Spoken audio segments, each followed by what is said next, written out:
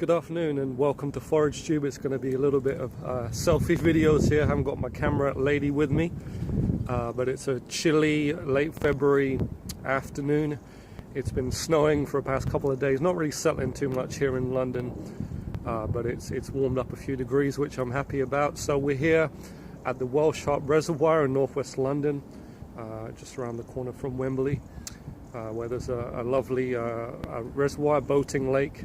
There's also forest, a small forest and small wood rather than forest, some open plains and some interesting things to see. So today we're going to continue looking at wild food, as is our theme, and we're going to go and see if we can find some greater Reedmace, which is for the forager important, as it's something that can be foraged over the winter season, especially when there's not much else available. So bear with me, let's take a walk and see if we can find some greater Reedmace. Here we go, on the information board for the Welsh Harp is the greater Reedmace. That's a picture of it. We're going to look for the real thing, and it's listed incorrectly as bulrush. That is a colloquial term, but it's not scientifically a bulrush.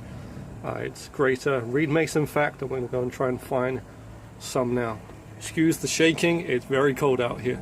Well, here we are, we're just coming down to the water's edge now to see if we can find anything of interest. We passed some dried out burdock from last year's growth, which is also something that we know from the old dandelion and burdock drink, which I hope to make some of my own this year. But let's see if we got Reedmace down at the waterside. What we have found here is not greater Reedmace, it's actually something similar, and hopefully I'm not going to sink through what looks like some sort of old swan's nest or little piece of semi-firm ground.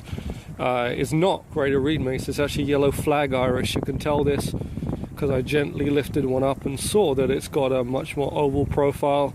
It's a little bit smaller, not quite as robust as greater Reedmace. But most importantly, yellow flag iris is toxic, so you do not want to be chewing on this thinking it's greater Reedmace. So let's go and try and find the real thing. Okay, so here it is, the greater Reedmace. This is about as close as I can get because it's a few feet out in the water. I don't have my wellies or any waders on today, and also there's quite a lot of ice there, which will be rather hazardous because I won't be able to really test the water depth, and if I fall through, maybe getting fairly wet and very cold on this freezing late February day. So let's quickly run through the greater Reedmace, what it's useful for. Well, there's several things, and again, it's a forager's dream. Through the winter up to early spring, you can use the root, the rhizome. You can dig into the water, you can look for the last year's growth like I've spotted it here. You can get your hands into the water, pull up that rhizome, and you can use it like a yam, like a vegetable. You can cut it up into strips, cook it. It is edible raw, but it would be recommended to cook it to soften it a bit. And it's very starchy, very nutritious, a good complex carbohydrate. Another thing is the shoot. We saw the yellow flag iris shoot a bit earlier, but that is obviously toxic, as we mentioned. But when the greater Reedmace shoot comes up, you can pull that out and you can eat the bottom of it raw, just like a heart of palm. Again, you've got to check that check that the water is not polluted. Here, there's a lot of rubbish. It's still, though it looks like we're out in the wild, it's still inner London, so I would be hesitant here. But one good indicator is always to look for freshwater mussels, which only like clean water. Look for wildlife. Make sure there's no factories or anything like that around. All the obvious common sense things for water quality. But the greater Reedmace, wonderful plant. So you can eat the rhizome. When the shoots come up, in clean water, you can pull them out and you can eat the bottom raw, kind of like a heart of palm.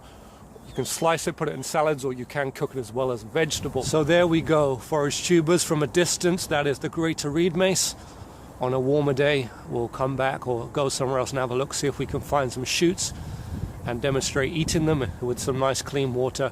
But we'll see you again soon. Keep checking back, like and subscribe, and check back for more wild food foraging videos soon as the weather warms up.